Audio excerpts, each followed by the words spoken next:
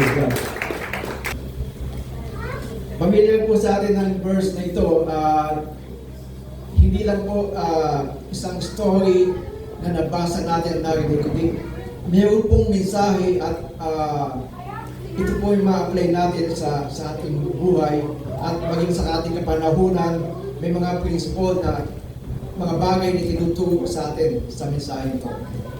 So nice kong basahin mga kapatid sa Luke chapter 5 verse 1 to 11. Amen.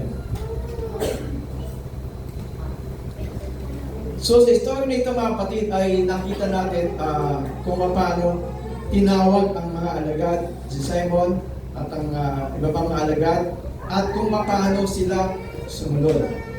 Amen. At ganoon din po sa atin mga kapatid, the story nito na isang susi para tayo ay maging matagumpay sa ating buhay bilang Kristyano.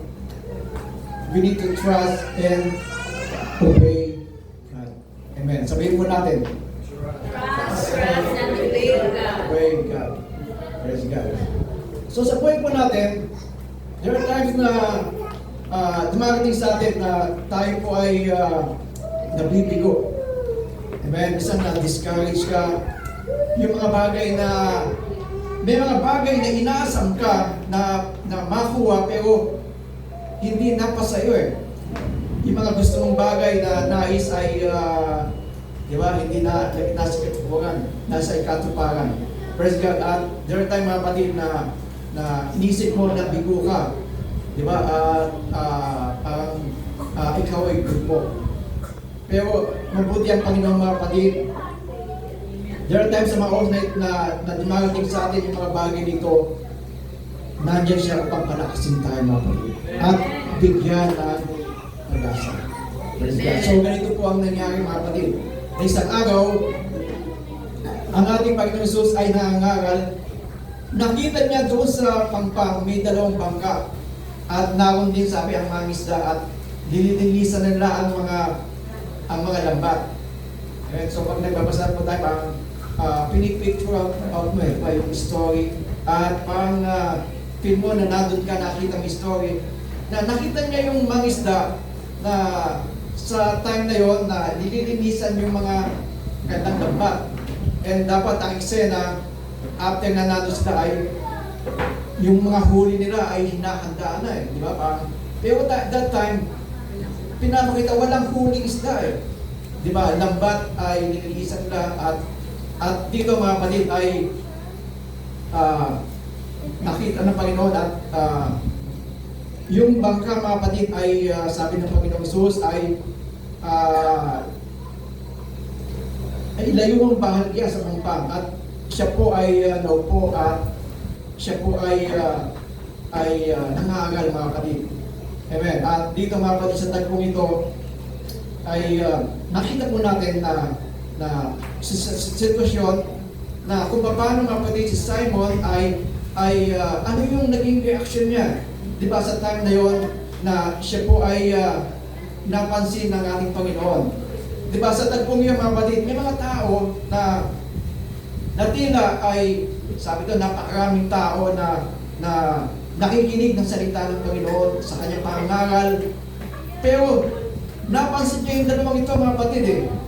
Abala sila at marahil may mga tao na pinaghandaan. Darating ang Panginoon, siya po ay mangangaral. Pero sila mga kapatid ay nangisda. At ang nangyari mga kapatid ay parang wala silang huli. Amen. At dito na napansin ng Panginoon si Simon at ang kanyang mga kasama. Amen. Pero dito mga kapatid ay mayroong mga bagay na tinuturo sa atin ng Panginoon kung paano tayo magtitiwala lang at sumunod sa Kanya upang tayo ay maging matagumpay. Amen. So nais kong ibahagi sa inyo mga kapatid the 5 keys to a successful life. Na dito sa story nito mga kapatid ay matutunan natin at ma-apply natin sa ating buhay. Praise God. So una mga kapatid ay sa ating buhay, we need to allow Jesus to take control. Amen. Amen. Person. Okay. We need to we need to allow God to take control in our life. Di ba? At napansin po natin na sa story nito, nakita ng Panginoon na mayroong dalawang bangka at sumakay siya sa mga ito. Sino nagmamayari ng bangka? Simon, di ba? Hiniling niya na konting ito ay ilay sa bayan. At siya po ay naupo doon at nangaral. Amen. So imagine mga kapatid, kung ikaw ang may-ari ng bangka, di ba? Ito yung sa panahon lang, napakalaga nun eh. Amen. Pero bigla na lang mga kapatid na ginamit. Amen. Pero makita natin ni Simon, amen, hinayaan niya lang na gamitin ng Panginoon to take control. Amen, na ang bangka na ginagamit sa pangisda ay bigla na lang kinuha at hinayaan natin mga kapatid. Praise God. So dito mga kapatid, isa sa mga bagay na natutunan natin, may mga bagay sa buhay natin mga kapatid na wala tayong magagawa kundi hayaan na natin ang Diyos ang may control, ang mag-control Hayaan natin ang Diyos ang kumilos. Di ba? Wala silang magawa, walang huli. Di ba? Maring sila ay uuwi ng luhaan dahil walang huling isda. Maring time na yung mga kapatid ay wala silang papakain sa kanilang pamilya. Pero nakita natin mga kapatid, ang ginawa na ginamit ng Panginoon yung mga bahala ka na ng Lord. Amen. Kaya minsan sa buhay natin mga kapatid, there are times na actually hindi naman natin kontrolado ang mga bagay. Diba? At ang gagawin lang natin mga kapatid, hayaan ang Diyos ang kumilos. Amen. Na makita natin kung ano ang gagawin ng Diyos mga kapatid. Sabi po sa Galatians chapter 5, verse 20, I have crucified with Christ. It is no longer I who live, but Christ who lives in me. And the life I now live in the flesh, I live by faith in the Son of God, who loved me and gave Himself for me. Bilang sa Kristiyano mga kapatid ay na tayo ay na kay Kristo, ibinigay na ang buhay natin sa Panginoon. Siya na po ang may control sa ating buhay. Amen? At sa ating buhay, walang direksyon, walang patutunguhan hanggat wala ang Diyos sa buhay natin. Amen. Diba? Parang hindi sa iyong sarili. Diba? Na kaya mo lahat ng bagay. Parang si Simon ay umakasama niya. Eksperto sila sa pangisda . Diba? Alam nila kung kailan maraming huli, maraming isda, at kung paano mangisda. Pero they failed dahil sa sarili lang nilang kakayahan. Amen? Pero nakita po natin mga kapatid sa ating buhay, kung ang Diyos na ang may control, may hawak sa atin, siya na po yung nagmamay-ari sa atin, ano ba ang ating problemahin. Amen? So hayaan lang natin ang Diyos ang kumilos. Amen? At hayaan natin na, Lord, ano ba yung nais mo? Diba? At hindi na po tayo mga kapatid Praise God. Kung baga ngayon mga kapatid, na dati, ikaw yung nasa manibela, ikaw yung nagmamaneho.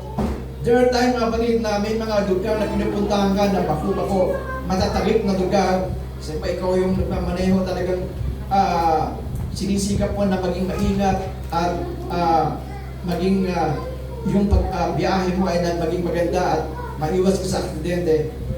Pero ngayon mga kapatid na ikaw ay na kay Kristo, ikaw ay nasa likuran na lang mga kapatid. Yes. Amen. Wala ka na sa driver's seat. Amen. Ang gagawin mo lang mga kapatid, grabe, susunod ka lang kung saan ka dadalhin ng Panginoon. Parang relax ka lang Kaya ito po yung nais ng Diyos sa buhay natin mga kapatid.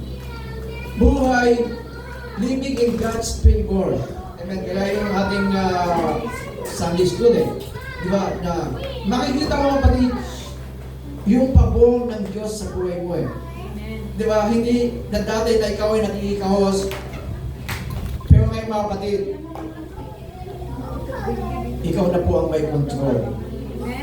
Amen. Palakpan po natin ang ating Diyos. Praise God. Diba?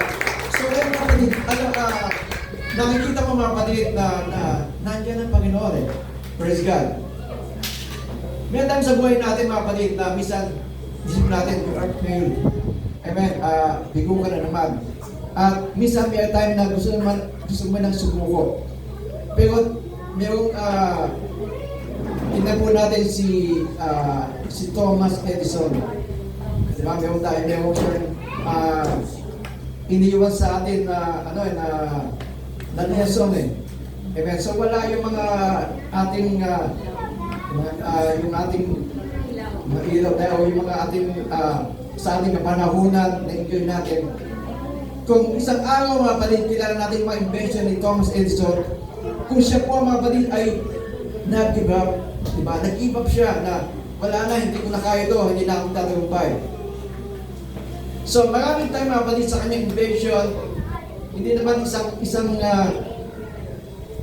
experiment niya, nagtagumpay na siya Sabi niya, when asked why he failed so many times, bakit daw ilang beses siya nabigo mga kapatid. Sabi niya mga kapatid, I haven't failed, I've just found 10,000 ways that won't work. Amen? Kaya minsan ginagawa minsan sa buhay natin mga kapatid, yung mga failure na yung mga kapatid, may mga bagay na itinuturo sa atin ng Panginoon. Amen? At may natutunan tayo mga kapatid. Praise God. Kaya sabi ni Thomas Edison many of life's failure are people who did not realize how close they were to success when they gave up. Praise God. Minsan mga kapatid, nato na pala Isang step na lang ay tagumpay na mga kapatid. Amen. Pero may mga tao mga kapatid na sa time na yon ay grabe na nag-give up pa sila Amen. Kaya alam natin mga kapatid, bilang sa Kristiyano, alam natin na mayroong magandang plano ang Diyos sa buhay. Amen. Praise God. Diba sa Jeremiah 29:11, lagi natin inaangkin, for I know the plans I have for you, the plans to prosper you and not to harm you, and give you hope in the future. Sapagkat alam natin mga kapatid na maganda ang plano ng Diyos sa buhay natin. Amen? Kaya nga failure can become stepping stone to success. Amen? Maaaring na-failed ka, pero stepping stone yan Amen? At sabi nga, di ba, pag nagsarado ang pinto, maraming bintana ang mabubuksan. Amen? Praise God. Kaya mga kapatid, ang sikreto, the key to a successful life, mga kapatid, just allow Jesus to take control. Amen? May times na hindi mo na kaya, Lord, ikaw na po ang bahala. Hanayaan ni Simon na gamitin yung bangka niya. Siya na may control Amen? At hindi siya tamangkin mga kapatid, hinayaan niya lang ang Panginoon na kumilos. Praise God. Sa pangalawang mga kapatid, 5 keys to a successful life. Allow Jesus to take control. And number 2, do what Jesus asks. Amen. Kung ano yung kinapagawa ng Diyos sa Kanya, ng ating Panginoon Jesus, sumunod lang siya At hindi nagreklamo sa Simon ay nung nangaral ng Panginoon, hindi sinabi niya kung ilang oras diba, na ginamit yung bangka niya. Pero after ng mga kapatid, nakita ng Panginoon yung puso ni Simon. And sa verse 4, sabi na, when he had finished speaking, he said to Simon, put out into deep water and let down the nets for us. Praise God. Sa Tagalog sabi. Pagkatapos niyang mangaral, sinabi niya kay Simon, pumalawat kayo at ihulog ang mga lambat. Praise God. Pero nakita po natin hindi po baguhan si Simon at kanyang mga samahan na expert na sila sa pangingisda. Amen. Sa kanila, kasi nasa lake sila eh. Magdamag na silang nanghuli, sabi niya. Pero wala kaming nahuli. Pero sabi niya, pero dahil sa sinabi mo, susunod kami. Amen. Sumunod lang po siya. So anong nangyari mga kapatid?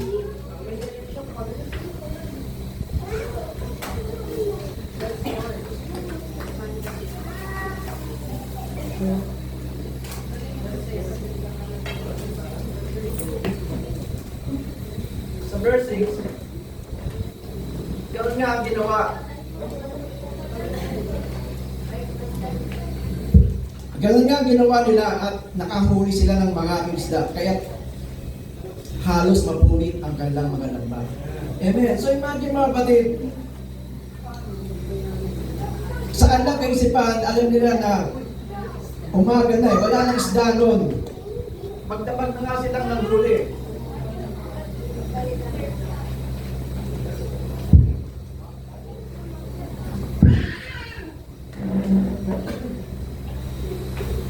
So magdamag na silang nanghuli mga kapatid eh. Pero pagkakataong yun, sumunod lang sila sa Panginoon. Amen. Hindi na sila walang isda, Panginoon. Magdamag na kami, pagod na kami. Pero ang ginawa nila mga kapatid, sumunod lang sila mga kapatid. Amen. Kaya nga sa ating mga kapatid, sa buhay natin, kailangan lang pala sumunod lang tayo mga kapatid.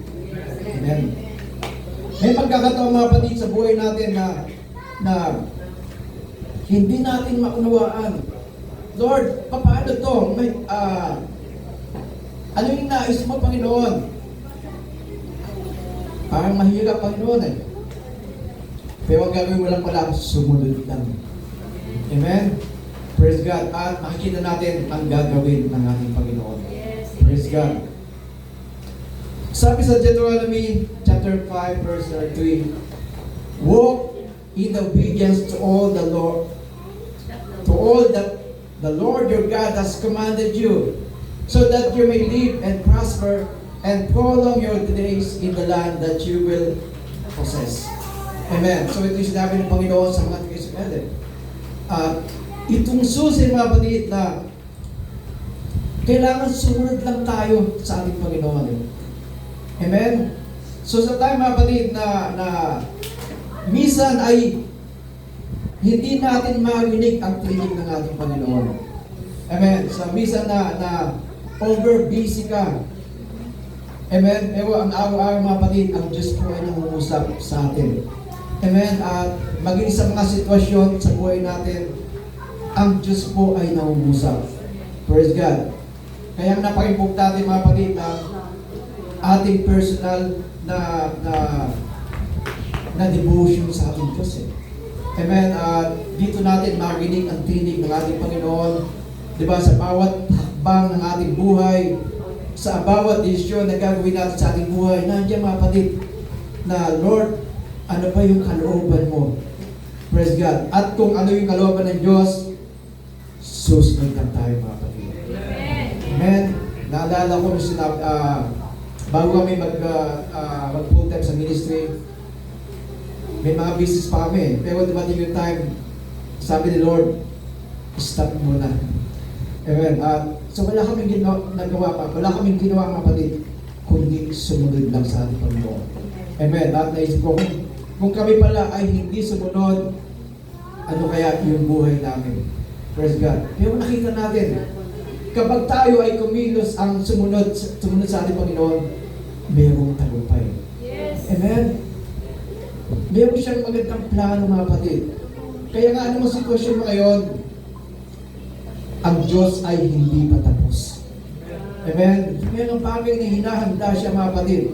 Praise God. Ang kailangan lang mga kapatid, tayo po ay sumunod lang sa Kanya. At kilala ng Diyos ang Kanyang mga tupa. Di ba sabi sa, kung sino talaga yung mga sumusunod sa Kanya.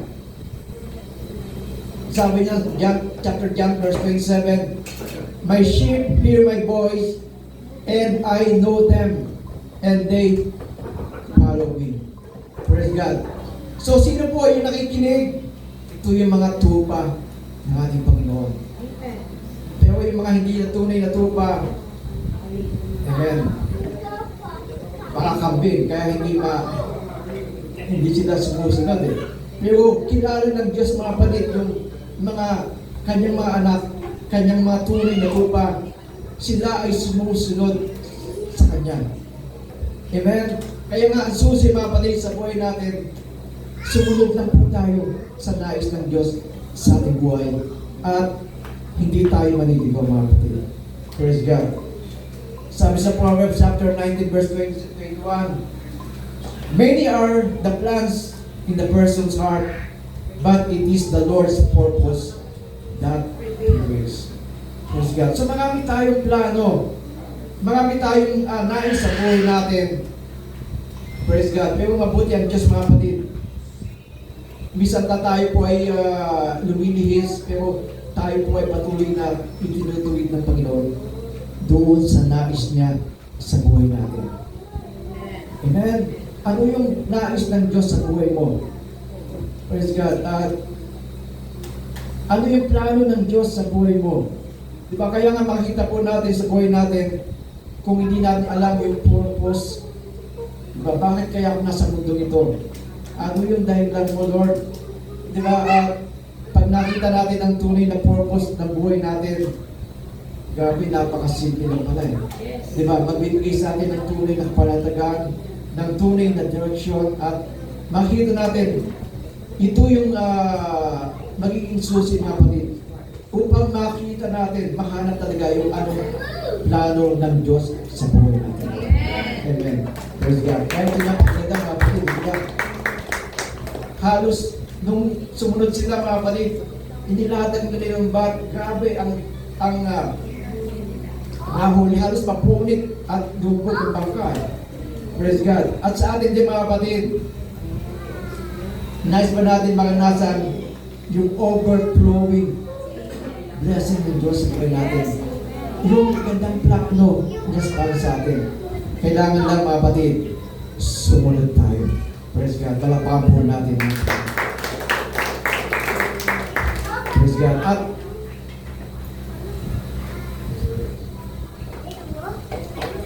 praise God. Kaya dito makikita natin mga kapatid, praise God, wala naman tayong gagawin kundi sumunod eh. At nung nakita nga mga kapatid, grabe. Kaya nga ang hindi mo inaasahan eh. Di ba? Hindi mo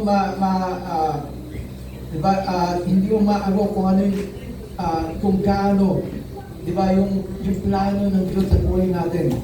Praise God. At yung pangatlo mga kapatid, the 5 keys to a successful life. We need to share, di ba? At kasi umapaw na eh. Puno na yung bangka nila, anong gagawin nila? Di ba? Pag share. Kaya tinawag ni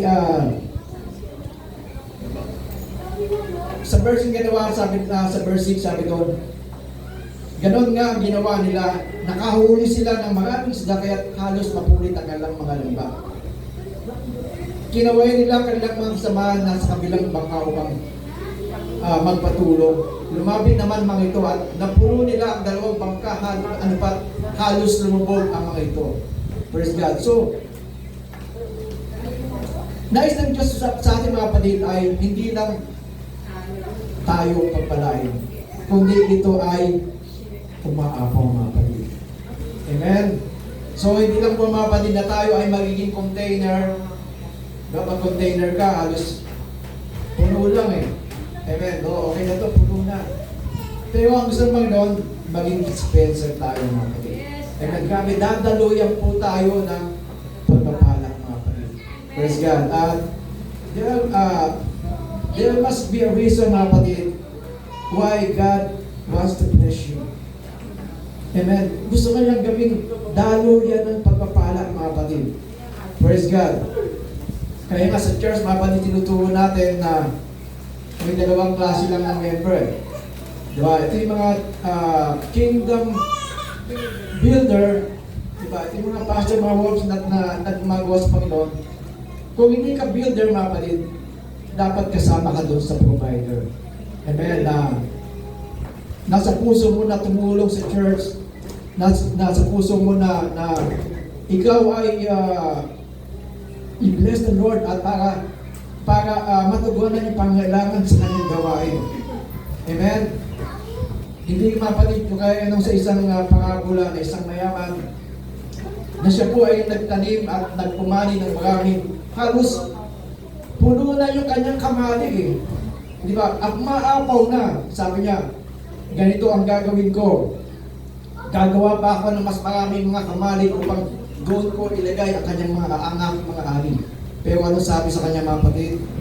Ikaw nakangal, hindi ba alam na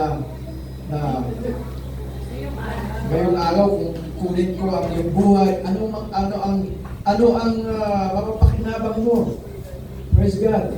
Kaya nga mga kapatid, sa kaisipan po natin na ang mga bagay na ito ay material na bagay, hindi pa lahat-lahat dito ibuhos natin ang natin. Amen? Praise God. Kaya nga sabi sa 1 Timothy 6:17, command those who are rich in this present world not to be arrogant, nor to put their hope in wealth, which is so uncertain, but to put their hope in God, who richly provides us with everything for our enjoyment. Amen. So pinapaalalahanan daw ang mga tao, ang mga mayaman na huwag masyadong ito ng kalang kaisipan sa mga bagay na material. Amen. Sapagkat pansamantala lang ito eh. Di ba? At ibigay nila ang kanilang pag-asa sa ating Panginoon. Amen. Na siya ang nagbigay ng lahat ng mga bagay nito. Amen. At ang sabi mga kapatid, ang mga blessing nito ay for our enjoyment. Amen. So nais ng Panginoon na ma-enjoy din natin yung mga blessing nito. Amen. At makita natin yung tunay na purpose ng mga blessing nito mula sa ating Panginoon eh. Praise God. Kaya sa ating mga kapatid, tinuturuan tayo mga kapatid na magawa ng puso mga kapatid na mapagbigay. Yung start sa ating puso. At maunawaan natin yung nais ng Diyos para sa atin. Amen. Palapakan po natin ang mga kapatid.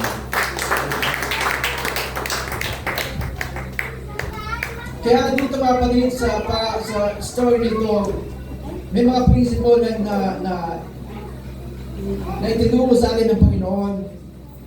Praise God. So allow Jesus to take control. Do what Jesus asks. Share the excess. And number 4 is walk in humbleness before God. Praise God. Sa ating paglakad mga kapatid ay tinuturuan tayong Panginoon na maging mababa pa rin. Amen? Praise God. At kaya nga mga kapatid, bisan mula sa mababa ay tinataas tayo ng Panginoon eh. Amen? Hindi yung, kasi pag nasa taas ka na, parang mahirap mo nang ibaba eh. Praise God. Kaya nga ito yung mga bagay na itinuro sa atin ng Panginoon eh. So nung nakita po nila mga kapatid ang gaano kabuti ang Diyos, doon nila nakita na gaano ang Diyos ay ang kapangyarihan ng Diyos. Amen? Na kaya gumawa sa kanilang buhay. Sa verse 8, sabi doon, nang makita iyon ni Simon Pedro, siya'y lumuhod sa harap ni Jesus at sinabi, lumayo kayo sa akin, Panginoon, sapagkat ako'y makasalanan. Nagilala siya at ang kanyang mga kasama dahil sa dami ng kanyang huli. Praise God. So, dito mga kapatid ay nandun yung pagpakumbaba eh. Lord, kami ay hindi karapat-dapat sa iyong harapan. Amen? Pero dito mga kapatid ay dahil sa nakita nila mga kapatid, tinuruan sila ng Panginoon to be humble. Amen? At dito mga kapatid, makita natin ang ginawa ng Panginoon. Kaya din Santiago 1 sa mga anak ni Zebedeo at mga kasosyo ni Simon, sinabi ni Jesus kay Simon, huwag kang matakot, wala ngayon mga tao na sa halip na mga isda ang iyong uri. Praise God. So makita natin ang mga tao ginagamit ng ating Panginoon. Amen. Bagamat sila ay makasalanan, amen, hindi nagtatangi ang Diyos mga kapatid. Praise God. Makita natin yung mga tao na nasa ibaba na nandun yung pagpapanggawa sa kanyang sarili. Ito yung mga itinataas ng Panginoon. Amen. At ito yung mga ginagamit ng ating Panginoon upang mapalawak ang kanyang ang kanyang gawain upang marami pang tao ang maligtas. Amen. Praise God. Kaya nga sa ating mga kapatid, habang tayo po ay tinataas ng Panginoon, tinuturuan tayo ng Panginoon na mas magpakumbaba. Amen. At habang tayo po ay nagpakumbaba ay lagi tayong mas lalo tayong itinataas ng ating Panginoon. Amen. Palapakan po natin ang ating Panginoon. Kaya nga dito mga kapatid ay ito yung mga bagay na nuus sa ating mga kapatid ng ating Panginoon. And last, makita natin, sabi kay Simon, ngayon hindi na mga isda ang iyong huli, kundi ngayon ay salip ikaw ay you become precious of men. So anong ginawa ni Pedro mga kapatid? Praise God. Nang maitabi na nila ang mga pangkasampang, iniwan nila ang lahat at sumunod kay Jesus. Praise God. So nag-iba mga kapatid, nakita nila mga kapatid, amen, iniwan nila mga kapatid at sumunod lang sila sa ating Panginoon. Kasi ito na yung, nakita nila mga kapatid, ito na yung bagong plano ng Diyos kanila. Hindi na mga isda ang huli nila, kundi sila ay magiging mamalakaya ng mga tao. Gagamitin sila ng ating Panginoon. Kaya nga sa number 5, we need to reset the priorities of your life.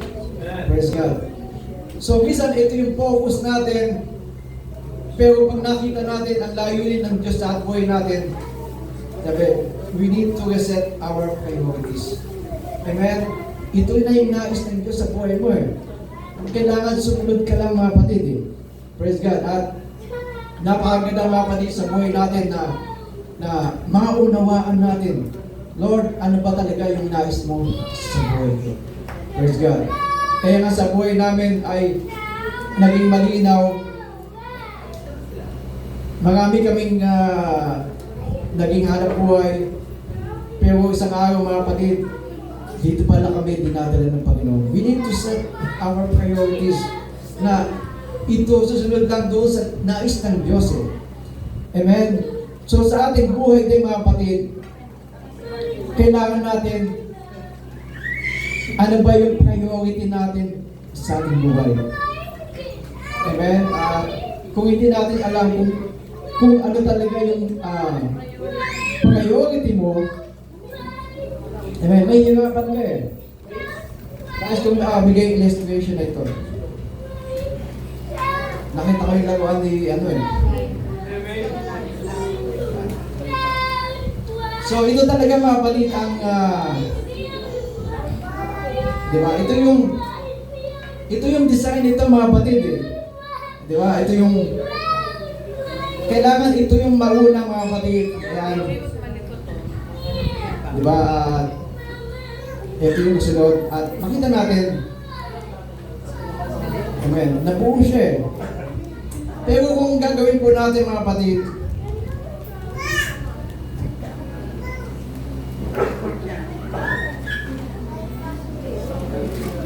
kung ito ang unahin natin, ano ba, inuna ko to.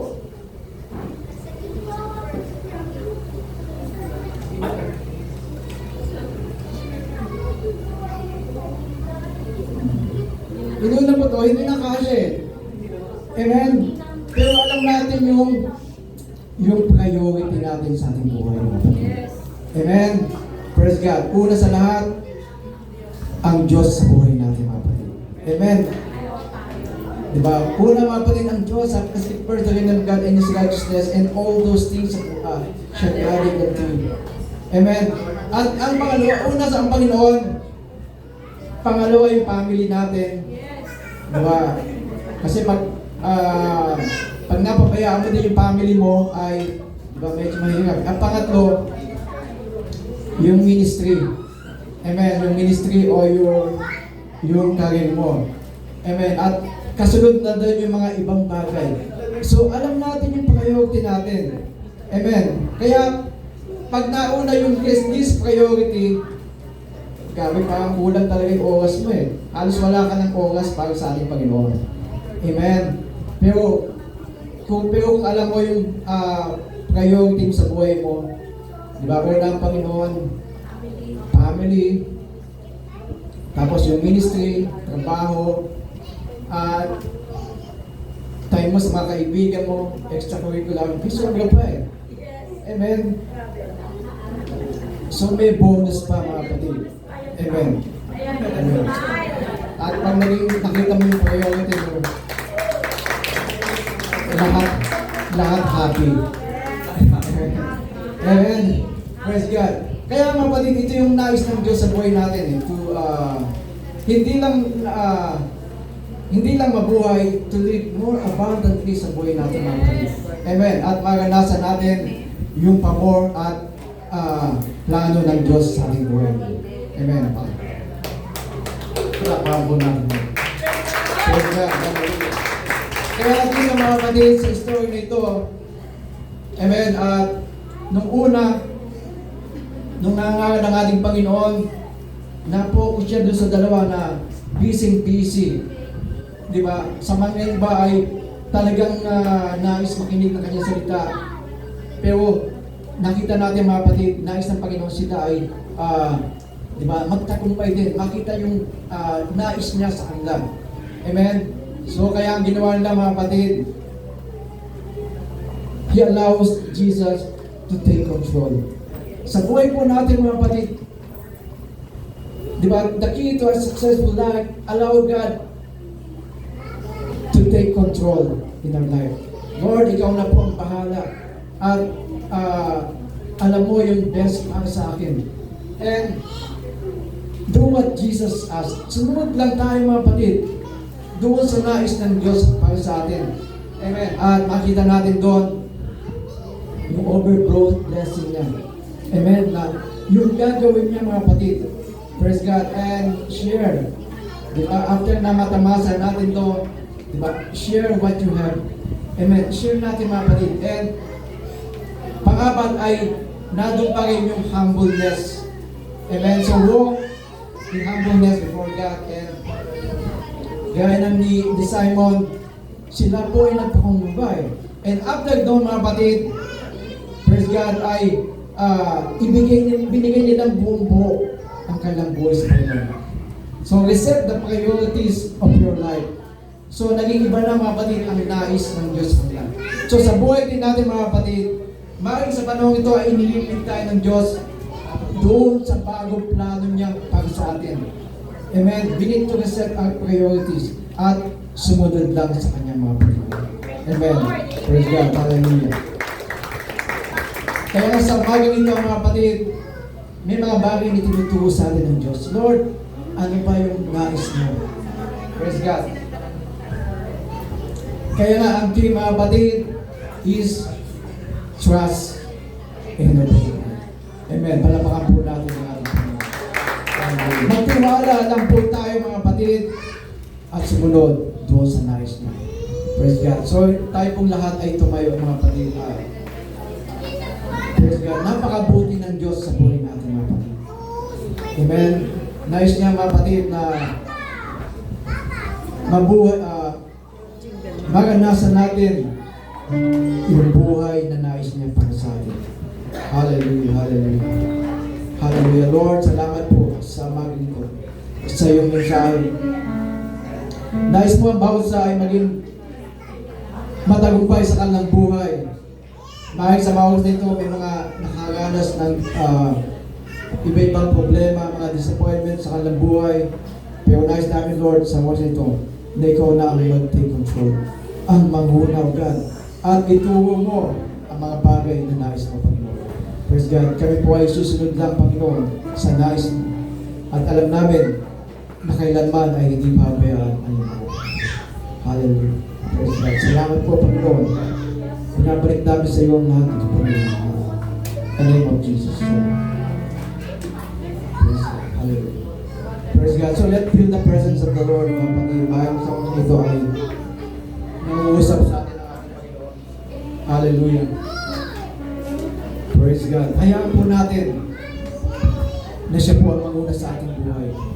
Praise God. Isuko po natin ang lahat sa ating Panginoon. May mga bagay, mga kapatid, na hindi natin maunawaan, pero praise God, ang Diyos po ang nakakalam. Amen. Tayo po ay susunod lamang doon sa mga kalooban. Hallelujah. Hallelujah. Praise God. Taas po natin natin mga kamay and let's feel the presence of God. Hallelujah. Alam ng Diyos ano yung nasa isip mo ngayon. Alam ng Diyos ano yung nararamdaman mo. Ano yung pinagdadaanan mo. Praise God. At kailanman hindi siya nagpapaya. Kailanman ay hindi kanya iniwan. Eh, may mga bagay na inaayos sa iyong buhay at nais ng Diyos na naisuko mo lang yung sarili at sumunod sa iyo. Hallelujah, hallelujah. Come on, church, let's feel the presence of God. Let's worship.